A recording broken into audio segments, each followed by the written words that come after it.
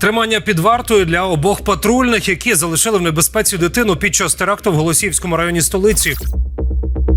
Нещодавній випадок із голосіївським стрілком, від рук якого загинуло 7 людей, вкотре породив скандал навколо поліції. Відео з поліцейськими, які втекли, кинувши на призволяще людей, бачили, підозрюю, всі. У той момент на хвильку здалося, що ось, нарешті з'явився шанс на перезавантаження поліції.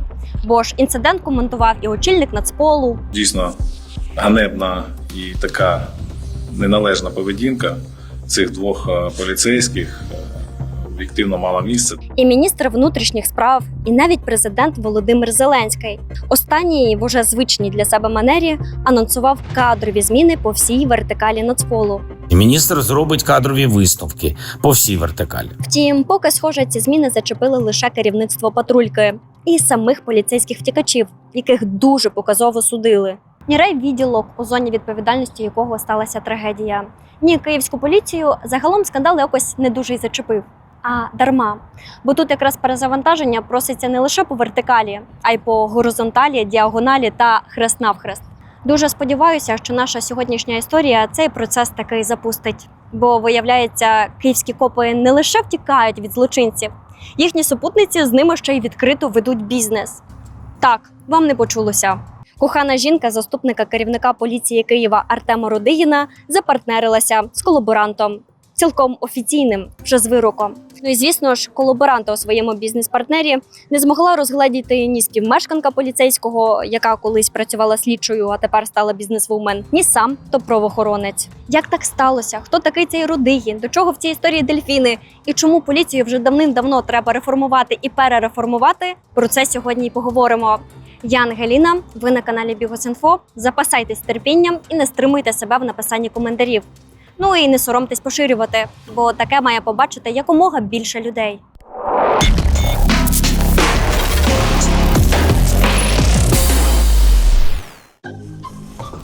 Артема Родигіна ми знаємо давно і дуже добре. Його особисте і кар'єрне благополуччя настільки міцно пов'язане з нині шефом Нацполу Іваном Вигівським, що він буквально ходить за босом по п'ятам. От дивіться, колись Вигівський був топом в поліції Миколаївської області, а Родигін там же трудився його замом. У 2020-му Вигівського призначають керівником поліції Полтавщини, і Родигін знову йде до нього в зами. Ще за рік Вигівського переводять на керівну посаду в Київ. Родигін теж пакує валізи в столицю, де отримує крісло заступника начальника слідчого управління. У 2023-му Вигівський очолює вже весь Нацпол, а Родигіна підвищують спочатку до просто зама, а далі й до першого заступника поліції Києва. Втім, чоловіків явно об'єднує не лише кар'єра. Вони, наприклад, багато років користувалися майном, записаним на одну й ту саму людину, яка в результаті вилізла в одній із наших попередніх історій про паливний бізнес родини Вигівського. А ще Вигівський не єдиний поліцейський, який користується майном Кепіної.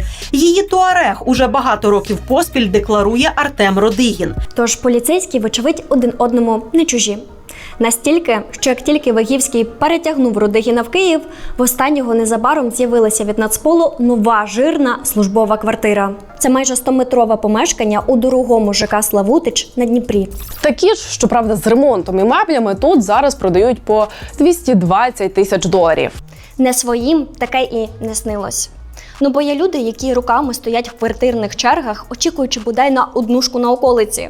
А тут хоп і миттєвий підгон. Ба більше, службовою вона була недовго, бо поліцейський швиденько запустив процес приватизації. Тож було державне, стало приватне. І от, здавалося б, у тебе є солідна посада, прихильність впливового шефа, чужий, але такий вже рідний туарег і новенька квартира з видом на Дніпро і Кручі. Чого б ще бажати? О, та апетит приходить під час їжі. Це ж доведений факт. Тож Родигін минулого року вирішив щось поміняти. Вийшло своєрідно. Це Тетяна Гураль. І вона вперше з'явилася у декларації Родигіна за 25-й рік, як особа, з якою він спільно проживає та не перебуває у шлюбі. Можна припустити, що познайомилася пара в Нацполі, адже раніше Гураль довго працювала слідчою в управлінні, яке і очолює Родигін, паралельно з посадою зама. У 24-му Гураль звільнилася, і перед тим, як опинитися в декларації колишнього шефа, пішла у великий бізнес. Мене завжди захоплювала оця здатність посадовців руками працювати на державу, а потім за помахом якоїсь чарівної палички миттєво опинятися в бізнесі. Пересічні громадяни довго і нудно ті бізнеси починають, втрачають, набивають синці. А тут була слідчою, стала бізнесвумен. Меджик. Одним напрямком жінка вирішила не обмежуватися. Тож відкрила адвокатське бюро і паралельно зайнялася аграркою у Полтавській області. Капець який дивний набір, ні? Так, зважаючи на те, що ні аграрна справа, ні Полтавщина в біографії Гураль до цього ніколи не проглядалися. І ні, з огляду на те, що Рудигін раніше був втілим заступником цілого керівника поліції Полтавської області. Ой, ну взагалі-то це добре, коли чоловіки допомагають коханим жінкам налагодити власну справу. Що у цьому кримінального? Спитаєте ви. Слухайте далі. Зараз все буде. Спокійно відповім я. За даними аналітичної системи «Юконтрол», навесні 25-го року Гураль стала співвласницею аж 2 місцевих компаній – ТОВ «Райзем-Інвест-2017» і ТОВ «Вільховацьке». Обидві займаються вирощуванням зернових, бобових і олійних культур. Бізнес-партнеркою жінки стає 83-річна Валерія Чекурда. І ні, це не втрачений паспорт чи підставна особа. Чекурда цілком собі реальна людина. Реальна і, схоже, не чужа Рудигіну. Адже у 2022-му, коли поліцейський тільки-тільки перебрався до Києва і ще не отримав ту свою жирну службову хату, саме Валерія Чекурда тимчасово, але гостинно відкрила перед ним двері своєї київської квартири. Звідки ця гостинність? Підозрюю, що зі старих добрих полтавських часів. Адже аграрний бізнес Чекурди у цій області розвивався паралельно з розвитком кар'єри Рудигіна. Жінка почала заходити в нього у 2020-му, тоді ж, коли Рудигін став замначальника управління Полтавщини. Втім, в історії успіху Валерії Чекурди було пояснення. Звати це пояснення Тарас. Тарас Чекурда.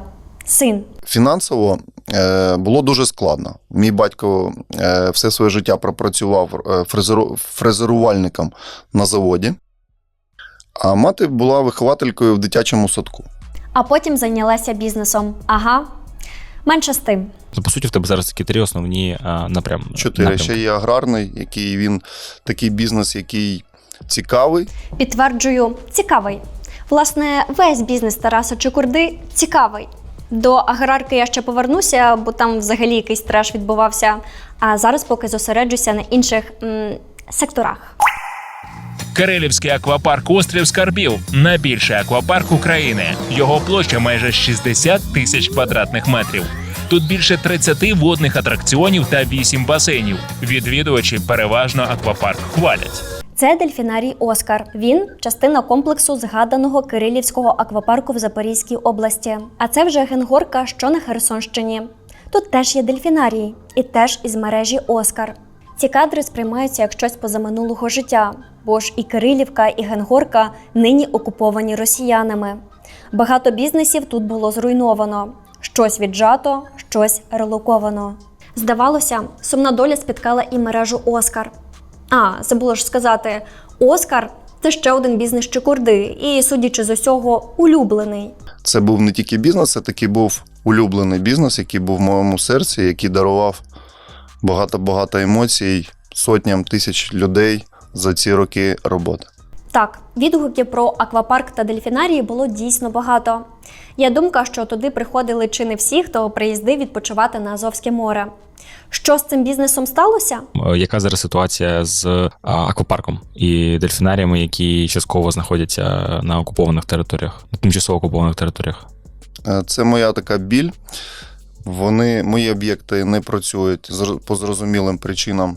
Останній сезон у нас був у 2021 році влітку. Це ж літні об'єкти, це літній бізнес. Так.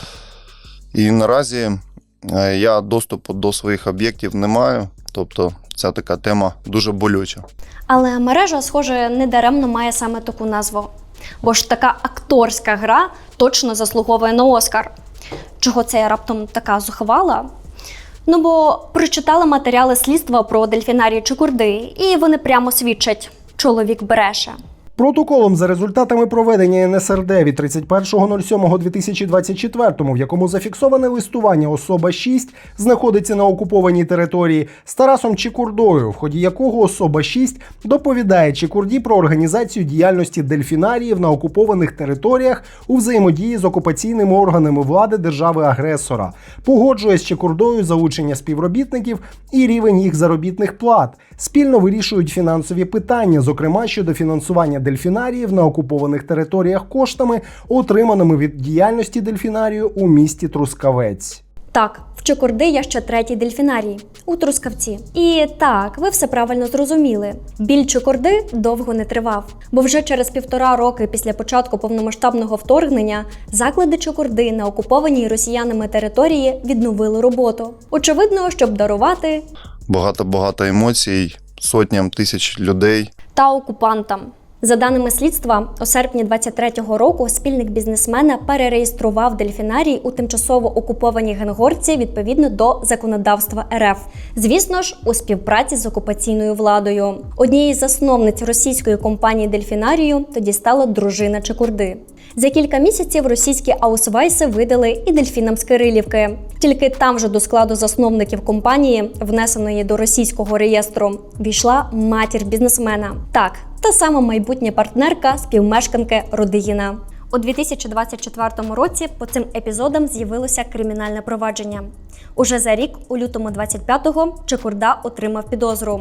А влітку того ж року чоловік покаявся. Затвердити угоду від 01 липня 2025 року про визнання винуватості між прокурором та Тарасом Чекурдою, визнати його винним у вчиненні кримінального правопорушення. Бізнесмена визнали винним у веденні бізнесу у взаємодії з державою-агресором, незаконними органами влади та окупаційною адміністрацією держави-агресора за попередньою змовою групою осіб. Чекурда провину визнав і погодився заплатити 2 мільйони гривень на ЗСУ. Це дуже іронічно, враховуючи той факт, що за даними з російських реєстрів, кирилівські дельфіни за 24-й рік принесли бізнесу Чекурди навіть трохи більше, ніж цей примусовий донат на ЗСУ. Але українська Феміда часом буває гуманною, тож Чекурду відпустили, накинувши хіба іспитовий строк.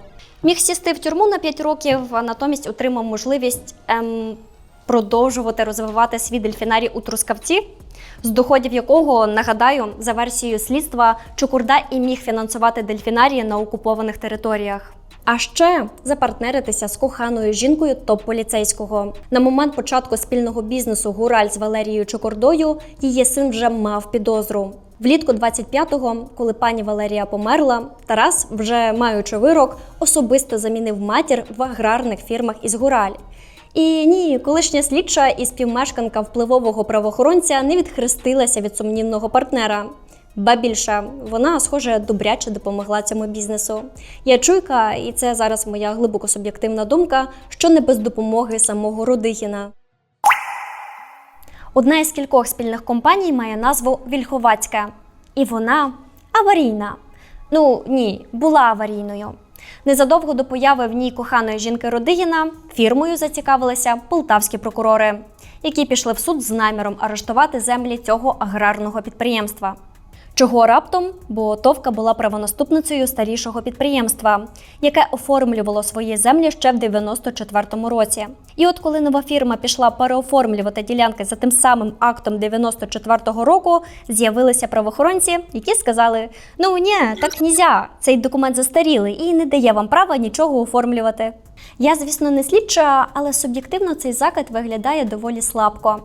Нерідко таке роблять, щоб створити додаткові проблеми бізнесу з наміром їх швиденько згорнути в обмін на щось хороше. Таке хороше в житті Вільховацького сталося вже навесні 25-го. Співмешканка топ-поліцейського Гураль стає співвласницею компанії. При цьому її геть не злякали труднощі фірми з місцевими правоохоронцями.